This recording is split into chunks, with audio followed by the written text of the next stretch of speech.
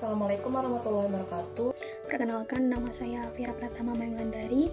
Perkenalkan, nama saya Karisma Dewi Santika. Perkenalkan, nama saya Tiara Salsabila. Pada video ini, saya akan menjelaskan tentang pendidikan inklusif. Pengertian pendidikan inklusif. Pendidikan inklusif adalah sebuah sistem penyelenggaraan pendidikan yang mengakomodasi, menyatukan, dan memberi kesempatan kepada semua peserta didik tanpa memandang kondisi fisik, intelektual, sosial, emosional, linguistik, atau kondisi lainnya, serta memiliki potensi kecerdasan dan bakat istimewa untuk mengikuti pendidikan atau pembelajaran dalam satu lingkungan pendidikan secara bersama-sama dengan peserta didik pada umumnya. Tujuan penyelenggaraan pendidikan inklusif. Tujuan dari pendidikan inklusif adalah memberikan kesempatan yang seluas-luasnya kepada semua peserta didik yang memiliki kelainan fisik, emosional, mental, dan sosial untuk memperoleh pendidikan yang bermutu sesuai dengan kebutuhan dan kemampuannya, serta untuk mewujudkan penyelenggaraan pendidikan yang menghargai keanekaragaman dan tidak diskriminatif bagi semua peserta didik agar peserta didik secara aktif dapat mengembangkan potensi pribadinya. Pentingnya penyelenggaraan pendidikan inklusif bagi anak berkebutuhan khusus. Pendidikan inklusif penting karena anak berkebutuhan khusus akan mendapatkan berbagai manfaat untuk pengembangan diri. Kehadiran pendidikan inklusif membantu membangun keterampilan hidup, membangun kemandirian, serta meregulasi emosinya dengan berbagai program pengembangan diri. Dengan pendidikan inklusif, anak berkebutuhan khusus akan dididik bersama anak lainnya yang tidak memiliki keterbatasan serupa.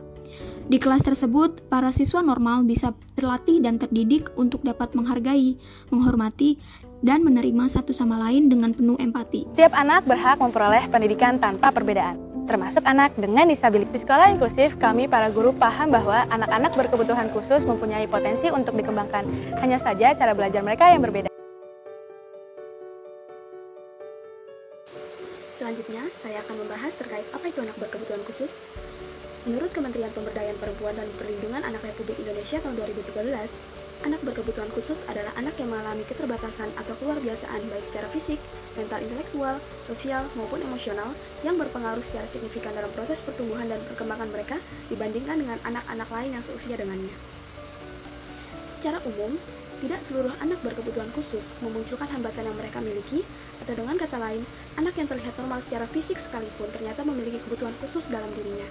Maka dari itu, diperlukan penilaian atau assessment oleh ahli pada bidang tersebut untuk menilai bahwa seorang anak dikategorikan sebagai anak berkebutuhan khusus atau tidak. Terdapat beberapa faktor yang mempengaruhi seorang anak menjadi anak berkebutuhan khusus, diantaranya faktor prenatal, faktor natal, dan faktor pasca-natal. Mari kita bahas satu persatu apa saja faktor tersebut. Faktor yang pertama yaitu faktor prenatal. Faktor prenatal yaitu faktor yang terjadi ketika anak berada di dalam kandungan dan terkadang tidak disadari oleh ibu hamil, di antaranya gangguan genetika, infeksi kehamilan, keracunan saat hamil, pengguguran, lahir prematur, dan lain-lain. Faktor yang kedua yakni faktor natal. Faktor natal adalah faktor yang terjadi selama proses kelahiran. Di antaranya proses kelahiran lama atau anoksia, kekurangan oksigen, kelahiran dengan alat bantu vakum, dan lain-lain. Faktor yang terakhir adalah faktor natal, yakni faktor yang terjadi setelah proses kelahiran, diantaranya penyakit infeksi bakteri atau TBC, kekurangan zat makanan, kecelakaan, keracunan, dan lain-lain. Orang anak dapat dikategorikan sebagai anak berkebutuhan khusus apabila memiliki hambatan dalam pertumbuhan dan perkembangannya, seperti anak tunanetra yaitu anak dengan hambatan penglihatan, anak tunarungu yaitu anak dengan hambatan pendengaran, anak tunagrahita yaitu anak dengan hambatan dalam fungsi intelektual.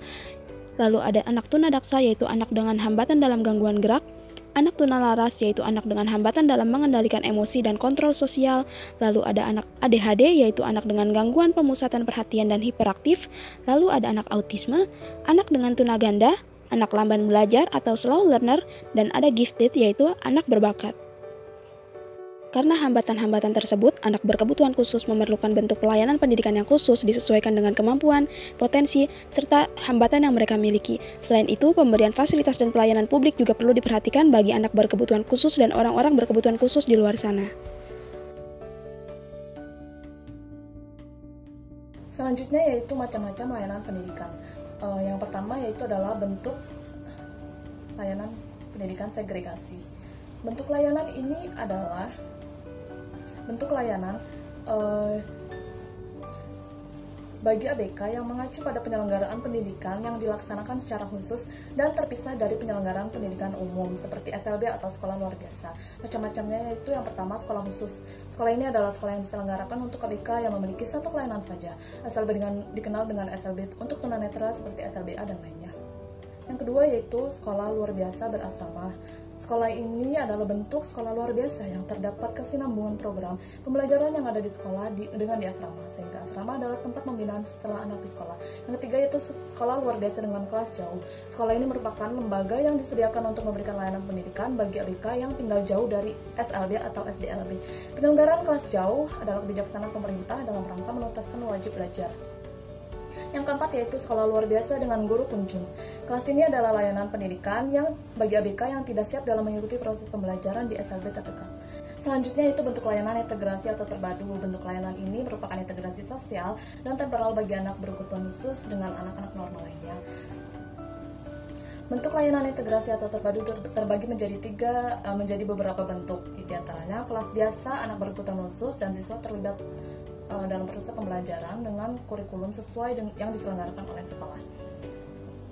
Dalam hal ini, guru yang mengajar disebut sebagai guru pembimbing khusus dan berfungsi sebagai kepala sekolah, guru kelas, atau orang tua di kelas. Yang kedua yaitu kelas biasa dengan ruang pembimbingan khusus anak berkebutuhan khusus sesuai dengan kurikulum yang diselenggarakan oleh sekolah dan mengikuti pelayanan khusus seperti ruang bimbingan khusus oleh guru pembimbing khusus. Pelayanan khusus dilengkapi dengan tulis braille dan sebagainya. Yang ketiga yaitu kelas khusus anak berkebutuhan khusus mengikuti pendidikan sama dengan kurikulum di SLB di kelas khusus pada sekolah yang melaksanakan program pendidikan terpadu. Dalam kelas ini, guru berfungsi sebagai pelaksana program di kelas khusus. Selanjutnya yaitu bentuk layanan pendidikan inklusif. Bentuk layanan ini merupakan menghargai seluruh peserta didik termasuk anak yang berkebutuhan khusus. Kurikulum yang digunakan adalah kurikulum yang diadaptasi sesuai dengan kebutuhan semua peserta didik. Bentuk layanan ini adalah mereka hadir bersama-sama, saling menghargai dan menerima perbedaan. Baiklah, selanjutnya mengenai pelayanan inklusif di publik. Bentuk kepedulian guna menjamin dan melindungi hak difabel dalam mendapatkan kesempatan pelayanan yang setara sesungguhnya dapat diwujudkan dalam penyediaan aksesibilitas yang dapat memberi kemudahan, keamanan, kemandirian, dan juga kenyamanan kepada mereka. Bentuk kepedulian tersebut berupa aksesibilitas pada bangunan, jalan, transportasi, dan juga pendidikan. Pelayanan publik menjadi sebuah tanggung jawab utama pemerintah kepada masyarakat, baik pelayanan dalam berupa administrasi publik, jasa publik, maupun barang publik, sebagaimana diatur dalam Pasal 1 Undang-Undang Nomor 25 Tahun 2008 tentang Pelayanan Publik. Dalam melaksanakan pelayanan publik, penyelenggara pelayanan berkewajiban untuk menyediakan sarana dan prasarana serta fasilitas lain pengguna layanan, termasuk pengguna layanan berkebutuhan khusus.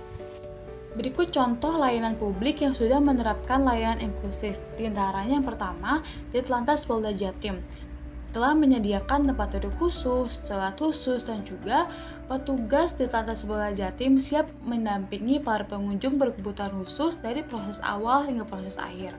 Yang kedua, MRT, halte, dan stasiun MRT di Jakarta, di mana telah menyediakan tempat duduk khusus, guiding block, tombol braille di elevator halte, pintu penetapan kartu khusus.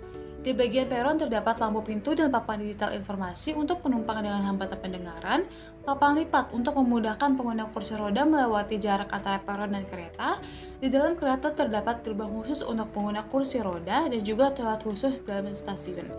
Yang ketiga yaitu Pengadilan Agama Kabupaten Malang, di mana telah menyediakan sarana dan prasarana khusus bagi kaum berkebutuhan khusus seperti jalur guiding block, warning block, area parkir khusus, halte disabilitas, ruang tunggu dan ruang persidangan khusus yang dilengkapi dengan alat sensor suara, pintu akses khusus, loket prioritas khusus penyandang disabilitas, toilet, tempat duduk, dan ruang sholat yang aksesibel, papan informasi visual, media komunikasi audio dan video di lobi.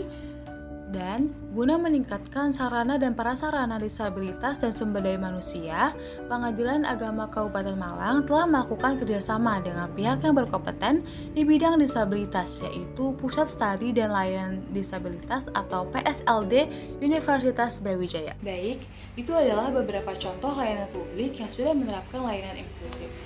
Di daerah tertentu, layanan inklusif sudah mulai diterapkan, namun memang belum lengkap dan menyeluruh.